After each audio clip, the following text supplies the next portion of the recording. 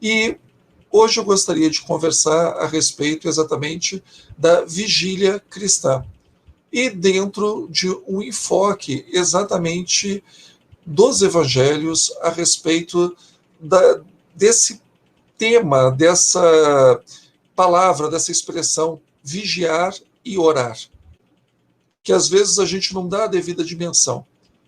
Jesus, ele falou muitas coisas, fez muitas coisas, e todas elas tiveram um impacto muito grande na cultura do mundo inteiro, mas particularmente na cultura ocidental.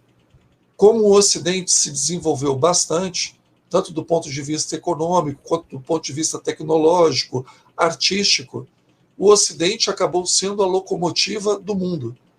Então, todos os outros países, mesmo dos continentes mais afastados da Europa e, posteriormente, da América do Norte, todos esses países eles têm essa influência, ainda que não sejam da mesma cultura, ainda que não sejam do mesmo sistema de crença, todos têm uma influência muito grande de Jesus na vida deles. Mesmo quem não acredita em Jesus, quem até não gosta de Jesus, o seu dia a dia é influenciado pela herança deixada por Jesus. E eu não falo sobre esse aspecto, o aspecto religioso. Eu falo sobre o aspecto histórico e social. Então não tem como a gente afastar uma coisa da outra. A nossa sociedade ela tem um fundamento judaico-cristão, né? Porque o cristianismo também, as suas raízes é no judaísmo. O espiritismo, Kardec apresenta muito bem no Evangelho segundo o Espiritismo. Ele começa o primeiro capítulo falando das 3 revelações. E é interessante que ele não usa, né, o termo tradicional aliança, testamento, que foi sempre o termo utilizado pelos judeus e depois incorporado pelos cristãos. Porque no judaísmo é muito importante esse sentimento de ligação, de contrato com Deus. É um povo que vivia numa região muito difícil e também uma região que é um entroncamento entre África, Ásia e Europa. Então, sujeito a ser invadido o tempo inteiro. Então, eles precisavam de um Deus que os protegesse. Então, eles precisam ter esse sentimento de contrato com o divino. E esse contrato, em latim, se chama testamentum, e no caso, né, quando a gente vai fazer a transliteração para o português, fica como aliança. É um contrato. Quando depois, né, de Jesus, e aí a interpretação dos acontecimentos da última ceia, nós vemos lá na última ceia, esse é o sangue da nova aliança. Então, ou seja, é um sangue, quando Jesus oferece o cálice mostrando o vinho, é um sangue de um novo contrato. E para quem é da área de direito, sabe muito bem que um contrato novo revoga o anterior, porque é uma nova negociação, são novas cláusulas. Então, ele acaba, quando se faz um contrato novo, o anterior perde a sua validade, a sua eficácia. Então, a partir desse momento, quando a gente lê lá na última ceia sobre a nova aliança, e por isso que vem depois os livros, né, que compõem exatamente Novo Testamento, Nova Aliança, eles vêm com esse enfoque. Olha, agora o contrato é outro. E foi a partir daí que o cristianismo, que começa como uma seita do judaísmo, ele vai criando uma estrutura própria até virar uma religião e depois a maior religião do mundo nos últimos, pelo menos nos últimos 16 séculos. É a religião que tem mais adeptos. Quando a gente pega, por exemplo, em termos de todas as denominações cristãs, tem mais denominações cristãs do que qualquer outra religião. Talvez, quando a gente pega o Islã, o Islã como um todo, que também tem várias denominações, tem mais gente no Islã do que no catolicismo. Mas também não é um número tão mais expressivo do que na Igreja Católica Romana. Agora, quando a gente pega o cristianismo, que aí foca várias igrejas, várias denominações, ainda continua sendo a maior religião do mundo. E Kardec, ele não usa o termo testamento, ele não usa o termo aliança. Né? Kardec, ele vê de uma forma que eu acho muito mais intuitiva para a realidade. Ele vê como uma revelação. E o que é revelar, segundo as palavras do próprio Kardec? É tirar o véu. Ele vai na etimologia da palavra. É tirar a cortina que não deixa que a gente enxergue alguma coisa. Entre nós e o objeto tem uma cortina, um véu, que não deixa que a gente enxergue aquele objeto para poder fazer uma apreciação dele. E a função dos grandes missionários é exatamente revelar, tirar o véu. E Kardec, no Evangelho segundo o Espiritismo, ele trata particularmente das 3 revelações, porque Kardec é francês, ele mora no Ocidente. Então, aquilo é a base da sua estrutura cognitiva, da sua estrutura cultural. Todos os países, né, que estão ali, ainda mais numa época de eurocentrismo, a Europa como centro do mundo, a Europa como ápice da civilização humana, numa visão bem própria daquele momento, daquela cultura. Então, bom, quais são as 3 grandes revelações? Então ele começa com Moisés, porque é a base do cristianismo, e aí fala-se muito da lei, e a lei exatamente é um sistema de aliança, onde Deus define, de acordo com o Antigo Testamento, né, ou com a primeira revelação, uma série de atitudes que os seus seguidores tinham que ter para serem protegidos por ele. E o símbolo dessa aliança começa com Abraão, através da circuncisão dos seus descendentes, e depois com Moisés no Sinai, através das tábuas da lei. Ali é feita uma aliança definitiva. Além dessa, a gente pode falar também de Noé, né, que o arco-íris seria um contrato de Deus com a humanidade, dizendo que a humanidade não pereceria novamente por um dilúvio. Mas, basicamente, a gente tem aí a primeira revelação. E nessa, o principal dessa primeira revelação é que Deus é único. E que Deus, ele quer que as pessoas tenham uma vida íntegra. E também, por consequência, sendo um Deus único, somente ele pode ser adorado, e não um politeísmo, outros deuses. Na época de Jesus, isso já estava muito bem estabelecido. Já não havia dúvidas em relação a isso. Que Deus é um só. Por isso que quando aquele jovem procura Jesus e pergunta assim, mestre, o que eu faço? Quando um escriba procura Jesus e pergunta qual é o maior dos mandamentos, e Jesus, ele fala uma oração judaica que ela é repetida até os dias de hoje.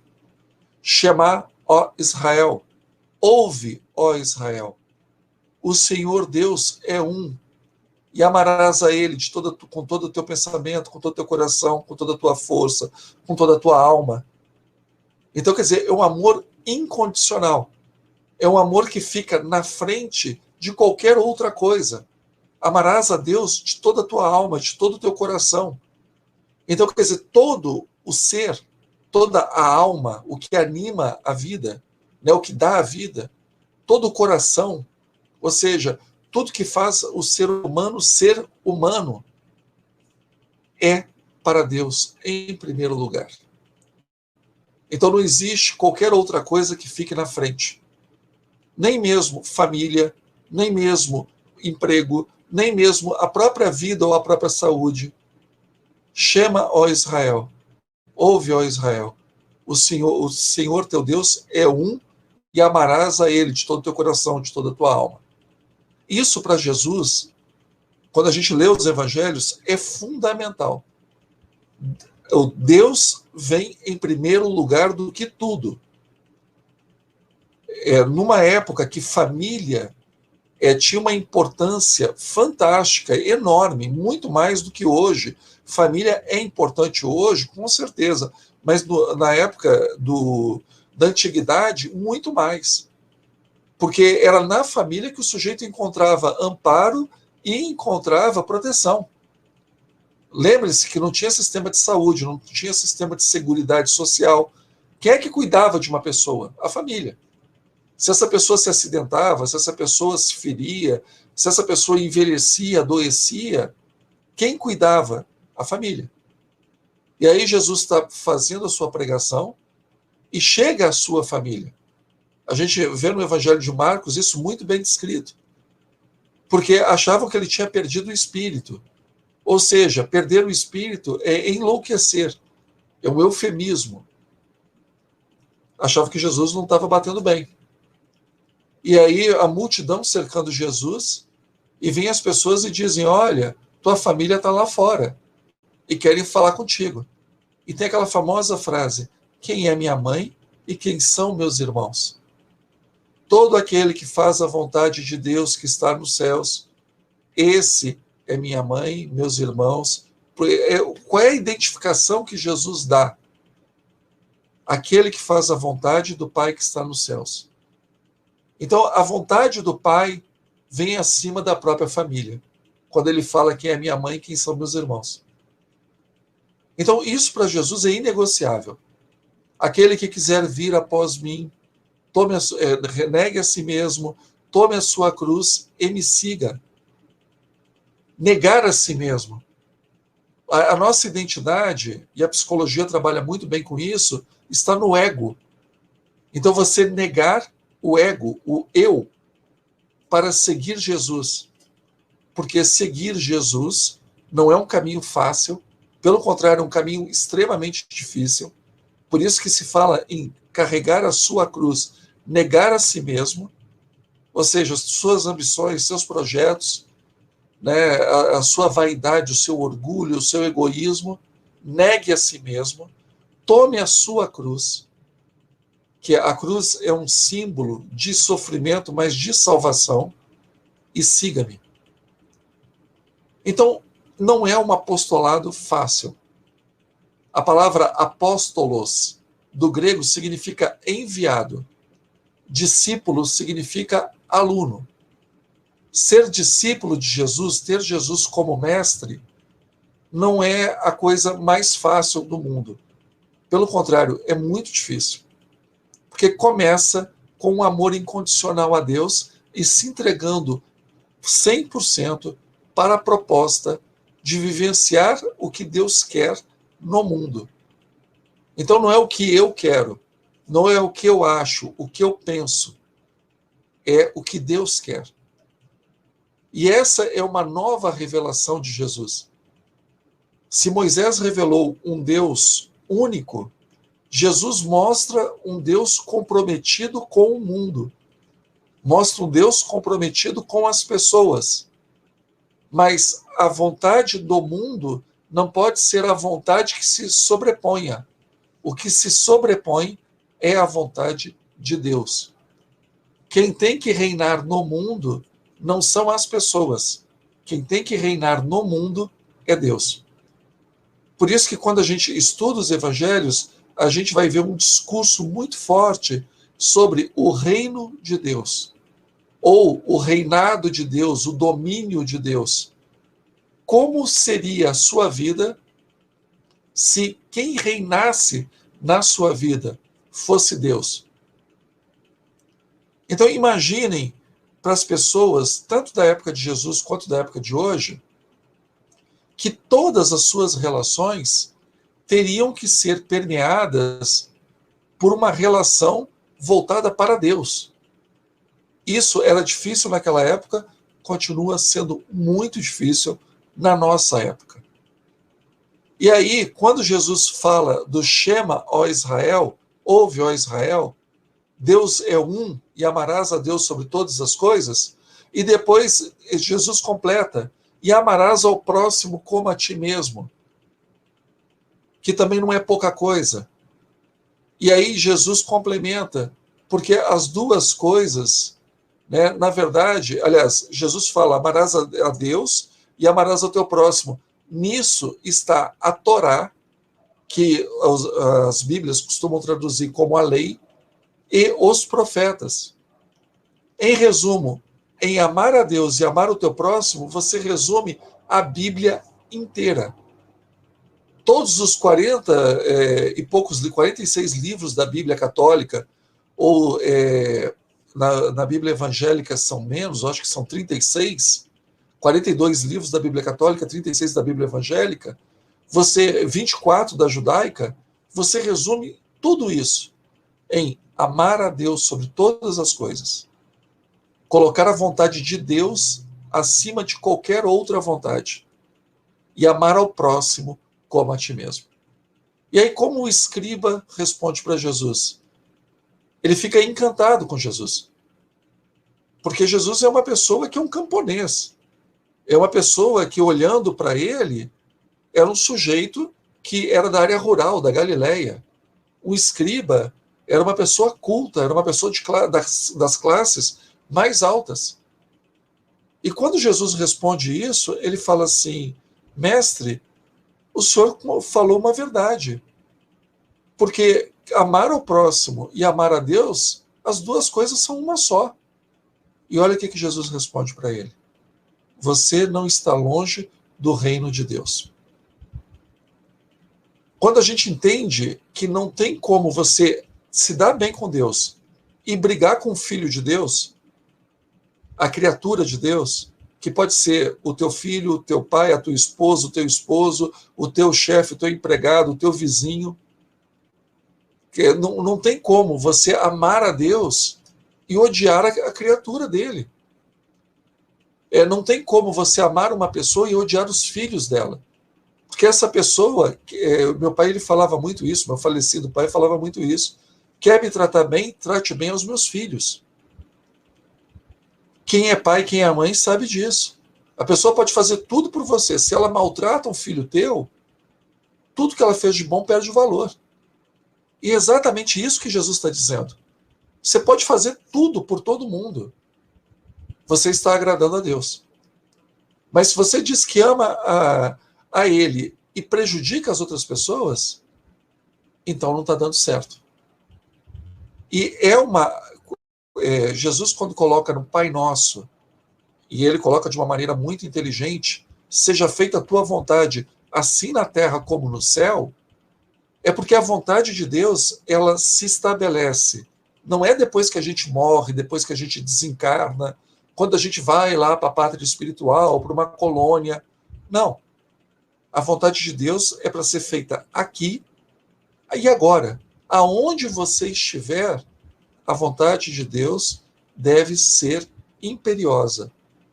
Ela deve se sobrepor. E quando a gente pega, por exemplo, a primeira epístola de João, se eu não me engano, que fala que Deus é amor, a vontade de Deus é exatamente que o amor prevaleça. Lembrando que amor não é uma senha para qualquer tipo de comportamento, porque Deus nos ama, então está tudo liberado. Ao contrário, o amor de Deus, exatamente porque Deus é amor, Deus é justo. Onde há injustiça, não há amor verdadeiro. E justiça significa onde tem ações, tem consequências. O amor de Deus está na oportunidade que Ele nos dá sempre de refazermos os nossos caminhos. Mas não quer dizer que Ele nos livre das nossas consequências. O ser humano, às vezes, passa a mão na cabeça de outro ser humano. Por isso que a gente vê muita injustiça na Terra. A gente vê pessoas fazendo errado e essas pessoas não são punidas pela justiça humana. Mas Deus não é humano, Deus é divino.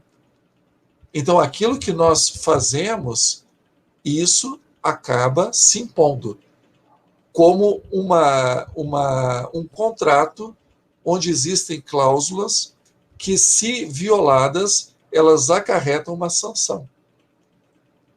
E aí Kardec nos traz o Espiritismo, que o Espiritismo ele corrobora tudo isso que nós estamos falando da seguinte forma: ele nos mostra na prática as pessoas que amaram a Deus, as pessoas que amaram o seu próximo, as pessoas que não sublimaram os seus instintos, os seus desvios, as pessoas que foram caridosas e as consequências que elas encontram na verdadeira vida, que é a vida espiritual.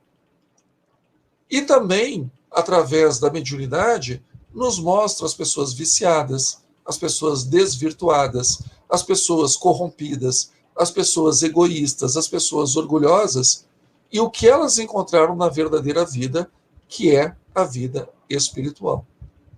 O Espiritismo, ele nos dá um aspecto prático para aquilo que Jesus fala como discurso. Jesus, há 2000 anos, ele não poderia avançar nesses assuntos. As pessoas ainda não estavam preparadas.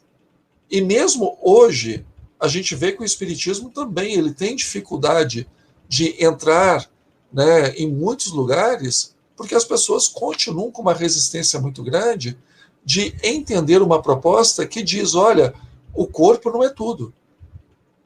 O corpo ele vai ficar no cemitério. A alma prossegue. Se cair uma bomba e ela explode do seu lado, o seu corpo pode ser destroçado, mas nunca a alma. Por isso que a verdadeira vida é a vida espiritual, porque não tem uma bomba que destrua a vida espiritual. O tempo, ele não corrompe as coisas espirituais. O tempo corrompe as coisas materiais. E aí que vem a fala de Jesus, que é muito importante. A importância da vigilância. O que é vigiar? É ficar atento a uma ameaça.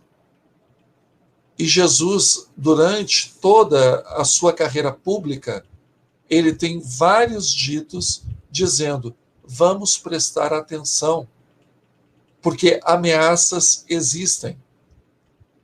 Não é porque você quer ser uma pessoa boa que você tem que ser uma pessoa boba. Não é porque você, no caso lá dos discípulos, né, dos alunos dele, não é porque você tem o poder de expulsar demônios, de limpar leprosos, de fazer um paraplégico andar, de um cego ver, não é por isso que teus pés não podem tropeçar. Pelo contrário, você vai criar inimizades porque você faz coisas boas. Você vai criar inimizades porque você leva luz para um lugar de escuridão onde as pessoas gostam de viver nas trevas. Porque onde há luz, o mal fica manifesto. Onde há trevas, as coisas acontecem na surdina. Então, o fato de levar luz para um local significa trazer as coisas para a vista de todos. E isso gera inimizades, gera ataques. E vem aquela máxima, né? Sede prudente como as pombas, aliás, sede bons como as pombas, pacíficos, mansos e prudentes como as serpentes. Seja bom, mas não seja bobo, porque você está no mundo. E aí, vamos pegar o lado espírita. O que é o nosso mundo? O mundo é um planeta de provas e expiações. Qual é a categoria de espíritos que reencarnam num planeta de provas e expiações? Espíritos muito imperfeitos. E aqui eles são testados nos seus avanços, então, por isso das provas, e eles respondem por aquilo que eles fizeram. As suas ações têm consequências. Por isso que é um planeta de expiação. Expiar, purgar, pagar uma dívida, colocar para fora. Então, é um planeta que são espíritos ainda muito ligados à matéria, por isso muito viciados, que precisam passar por esse processo de depuração. Esse é o nosso planeta. Um planeta de provas e expiações. Então, num planeta de provas e expiações, nós temos gente que quer fazer o bem, mas se sente arrastada para o mal. As pessoas querem ser virtuosas, mas se sentem inclinadas para o vício. Esse é o nosso planeta. São os espíritos que aqui reencarnam. E temos a esperança que com a mudança de postura, com a transformação moral, a gente possa caminhar para um planeta que já não tenha mais esse tipo de sintonia, que seria aí uma outra categoria, que é o mundo de regeneração. Mas esse mundo de regeneração, ele não vai vir no instalar de Deus. Ele vai vir quando as pessoas que estão na Terra resolverem se regenerar. E isso leva tempo e, normalmente, também, a educação, ela pode vir pelo amor, mas quando o amor ele não consegue ser ouvido, então a educação vem pela dor, pelas consequências das coisas erradas que nós fizemos. Daí a importância de vigiar, porque nós não sabemos em que momento as consequências podem vir. E Jesus, ele coloca isso muito bem em várias parábolas. Então, por exemplo, ele tem uma parábola que é do servo que o seu senhor, eles utilizavam muito essa expressão, né? O senhor, o dono daquelas terras e também daquelas pessoas, porque muitos eram escravos, ele se afasta para uma viagem longa. E aquelas pessoas, elas tinham que cuidar das coisas do seu senhor, de acordo com a parábola de Jesus, como se aquele senhor fosse voltar a qualquer hora. E que elas agissem de forma honesta, que elas agissem de acordo com as regras, para que elas não fossem pegas de surpresa quando o seu senhor voltasse. A mesma coisa a parábola, por exemplo, das 10 virgens, que 5 têm óleo nas suas lâmpadas. As lâmpadas daquela época, todo mundo sabe, mas não custa ser bem claro, era uma espécie tipo aquela lâmpada de Aladim, com óleo de azeite de oliva. E essas lâmpadas, elas eram acesas com pavios. Não era lâmpada elétrica, né? Não tinha eletricidade.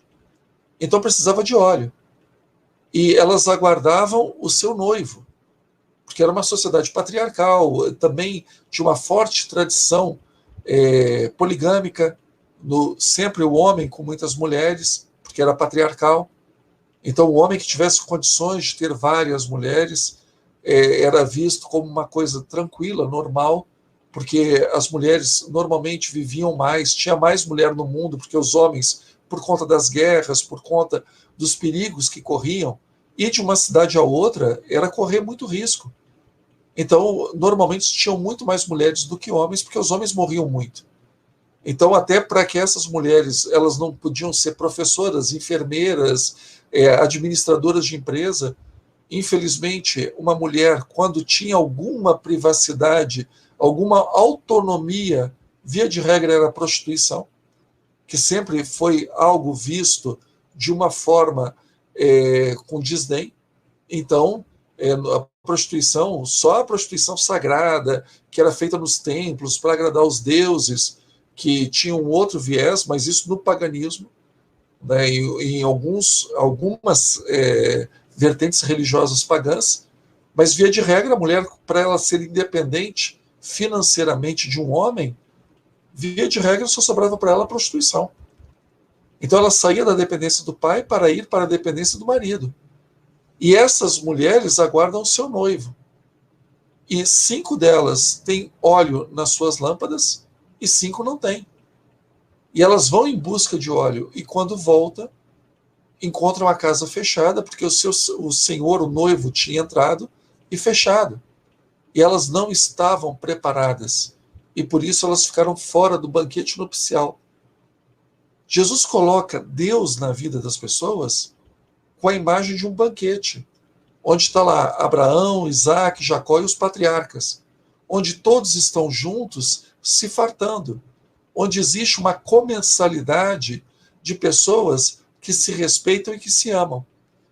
E essas moças ficaram de fora, porque não foram vigilantes, não tinham preparação. Aí nós temos a parábola dos talentos, que o Senhor viaja e dá os seus talentos. Talento não é no sentido de habilidade, talento é no sentido de dinheiro mesmo, de valor. Dá talentos para os seus servos E aqueles servos, quando esse senhor volta, tem que prestar em contas dos seus talentos. Então vejam o tema da vigilância, porque a qualquer hora nós temos que prestar contas do que nós fazemos da nossa vida. E talvez o que resuma melhor isso é quando no Getsemane, ou Monte das Oliveiras, fica um pouquinho afastado de Jerusalém, relativamente próximo de Jerusalém, o Monte das Oliveiras, alguns minutos a pé, mais ou menos uma meia hora de caminhada, você tem ali o Monte das Oliveiras, onde as pessoas acampavam, as pessoas que não conseguiam, na época das festividades, como foi o caso da Páscoa, não conseguiam um abrigo dentro de Jerusalém, elas procuravam cidades próximas, como Betânia, ou acampavam no Monte das Oliveiras. E Jesus tinha acabado de cear, ter a sua refeição com seus discípulos mais próximos, que nós conhecemos como os 12, né? Depois o Ato dos Apóstolos vai chamar o Ato dos Apóstolos vai chamar desses 12 de apóstolos. Jesus está ali com os 12, se afasta para orar e pede para que aqueles mais próximos, que é Pedro, Tiago e João, que eram irmãos, filhos de Zebedeu, para que ficassem com ele vigiando. Porque a hora era chegada. E o que significa a hora? Um momento de aflição. Essa imagem de luz e trevas, ela é muito forte. O momento de aflição. E hoje, né, nós estamos aí na véspera da Páscoa, em 2021, a gente está vivendo exatamente na Sexta-feira Santa, um momento onde Jesus, a gente relembra a sua morte na cruz. 24 horas antes, ele estava ali no Getsemane, orando para que Deus lhe desse forças para as próximas 24 horas, para o desencadeamento do que viria. Então foi uma noite de muita aflição. Os discípulos não faziam a mínima ideia. E ele fala para os seus discípulos: orai e vigiai, para não cairdes em tentação.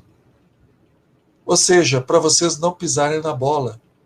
Porque tudo que a gente estudou junto, aprendeu junto, praticou junto, agora vai chegar a hora da prova. E o que aconteceu quando chegou a hora da prova?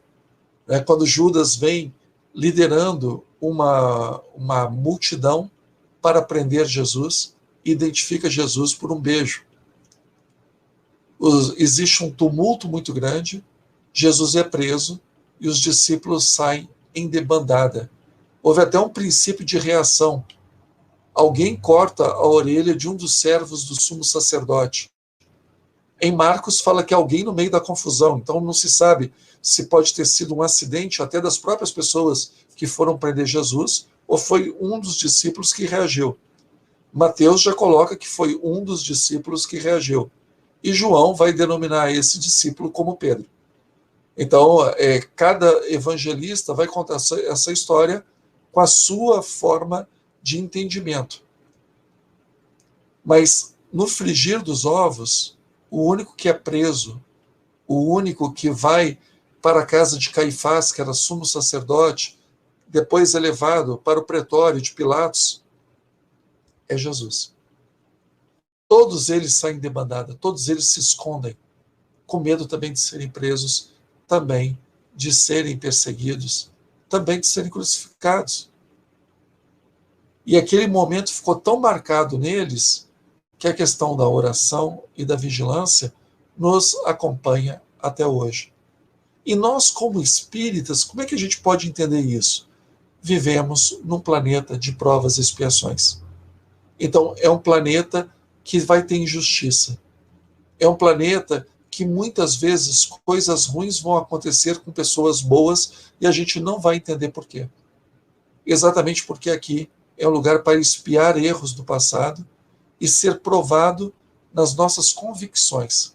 Sofrimento não é só sinônimo de ter feito coisa errada no passado, não.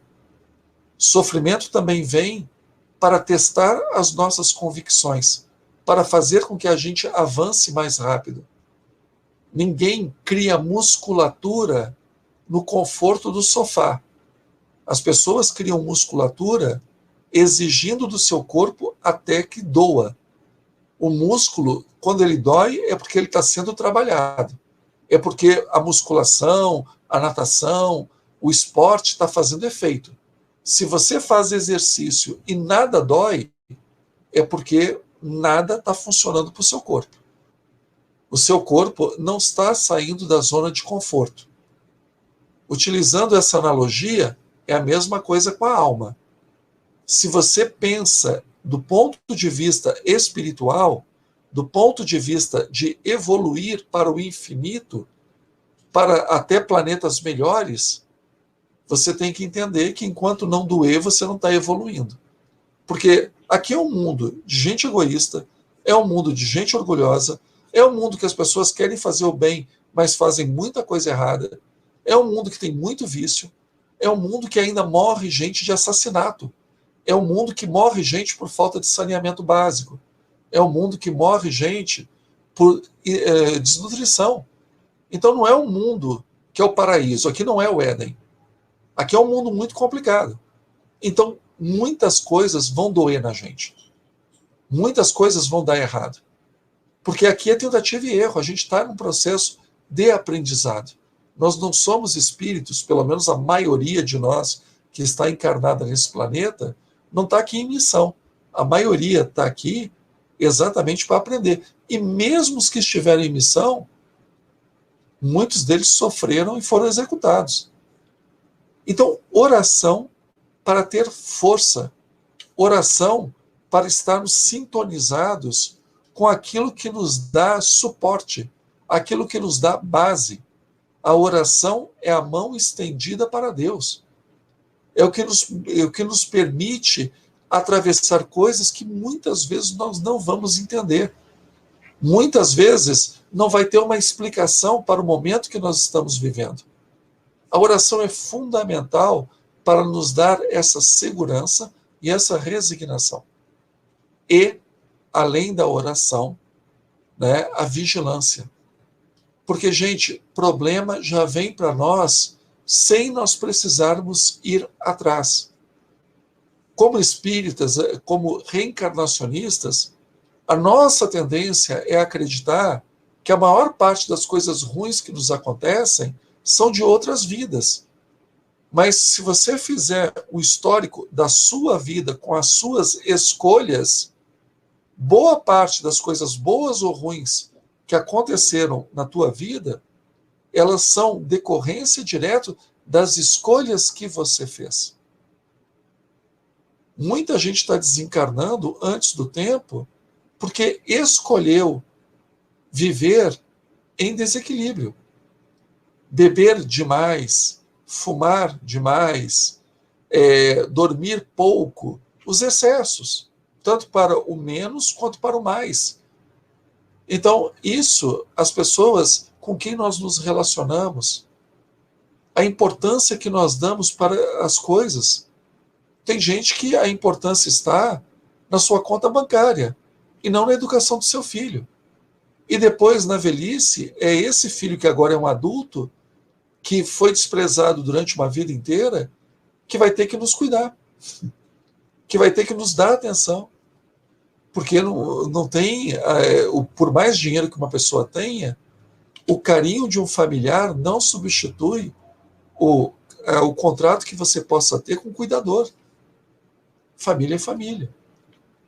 Então, a vigilância é para nós não trazermos para nós problemas desnecessários. Já bastam os problemas que surgem naturalmente. Já bastam os problemas que surgem sem a gente precisar procurar. Então a vigilância, ela nos protege disso. E a gente não sabe os nossos passos até onde eles vão. Em algum momento, a gente vai ter que deixar esse mundo. Em algum momento, a gente vai ter que se apresentar para a verdadeira vida, que é a vida espiritual. Por isso que nós, enquanto espíritas, os valores que nos interessam são valores espirituais. É estar no mundo sem ser do mundo. Nós somos transeuntes no mundo. Aqui nós sabemos que é um local de passagem. Então é como se você fosse se hospedar num hotel em viagem. Você não precisa dormir mal, ficar num hotel ruim, se vestir mal, comer mal, se você tem condições de viver bem. Mas você tem que ter o entendimento de que aquilo ali é provisório. Que uma hora você vai voltar para a sua casa. Por mais legal que seja o resort, uma hora aquilo acaba e você retorna para o seu lar. O nosso verdadeiro lar é a pátria espiritual. Então, temos que viver muito bem aqui. Viver com alegria, viver com dignidade, vestir bem, né? Sem ter um apego à questão das marcas, mas se vestir com sobriedade, falar bem, estudar bastante, ter relacionamentos produtivos, relacionamentos que nos acrescentem, olhar para as pessoas na nossa volta e sermos úteis da melhor forma possível, porque estamos aqui para sermos úteis um para os outros, porque a gente não sabe até quando que a gente vai ficar aqui. Aqui é provisório. A verdadeira vida ainda nos aguarda. Nós viemos aqui para sermos provados nas nossas convicções e expiar as consequências de ações equivocadas que nós fizemos no passado. Por isso que a importância da oração e da vigilância.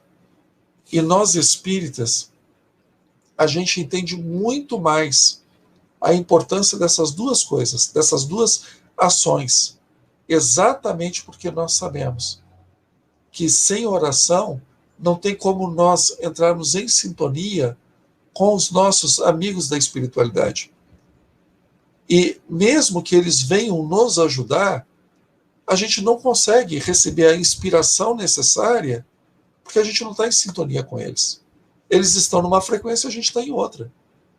O que nos permite entrar em sintonia com os nossos amigos espirituais, para que a gente possa receber as nossas intuições e, a partir das nossas intuições, fazermos escolhas mais inteligentes, é a oração. E a vigilância é para que a gente não aumente mais o nosso débito. Vamos tentar zerar os débitos que a gente já tem do passado, sem acrescentar a nossa conta bancária novas dívidas dessa vida. Orai e vigiai. Deus é um. Ele tem que ser amado por nós, de todo o nosso coração, de toda a nossa alma, de toda a nossa vontade, porque Deus também nos ama integralmente.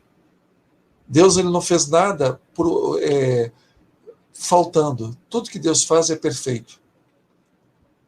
E amar ao próximo é uma expressão do amor que temos em nós.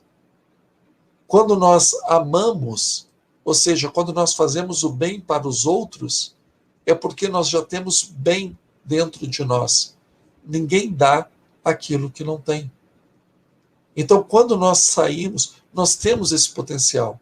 Nós somos criaturas de Deus. Deus nos criou para a perfeição. Então, nós temos todo o potencial para sermos muito melhores do que somos. E como é que a gente desenvolve isso? Não tem outra forma que não exercitar o bem.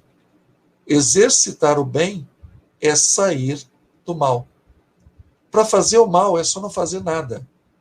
Você vê uma pessoa se afogando, você fica na beira da piscina só olhando, você não precisou fazer nada para fazer o mal. Para fazer o bem, não. Para fazer o bem, requer que a gente saia da nossa zona de conforto. Mas é exatamente saindo da nossa zona de conforto que toda a nossa potencialidade vem à tona. Então, meus amigos, aproveitando essa reflexão de Páscoa, que a gente possa entender, Jesus ele também não veio aqui passar férias. Jesus ele veio aqui com uma missão. E a missão dele é nos ligar a Deus. E nos ligando através desse exemplo de vida que ele nos deu, através dessa sabedoria que ele nos passou. E como diz o apóstolo Paulo, chegar à morte e morte de cruz. Ou seja, nem mesmo o pior suplício do Império Romano, a pior morte que o Estado romano podia impingir a uma pessoa, foi motivo para que Jesus deixasse de nos amar. Então, é o exemplo que nós seguimos. Daí que Kardec fala, né, que ser espírita e ser cristão é a mesma coisa, porque é seguir Jesus, não tem jeito. Né? Então, não tem outro caminho para a nossa felicidade. E quando a gente, através do grupo mediúnico, a gente tem contato com os espíritos, que diferença é vermos espíritos que seguiram Jesus daqueles espíritos que seguiram a sua cegueira? Como a gente vê na prática a importância de tentarmos sermos pessoas melhores. Com isso, meus amigos, desejo a vocês uma feliz Páscoa, uma ótima noite, um excelente final de semana. Podendo, fiquem em casa, mantenham todas aquelas regras que a gente já está aí cansado de ouvir, mas que é importante lembrar, para que a gente possa sair dessa pandemia o mais cedo possível. Fiquem com Deus, até a próxima.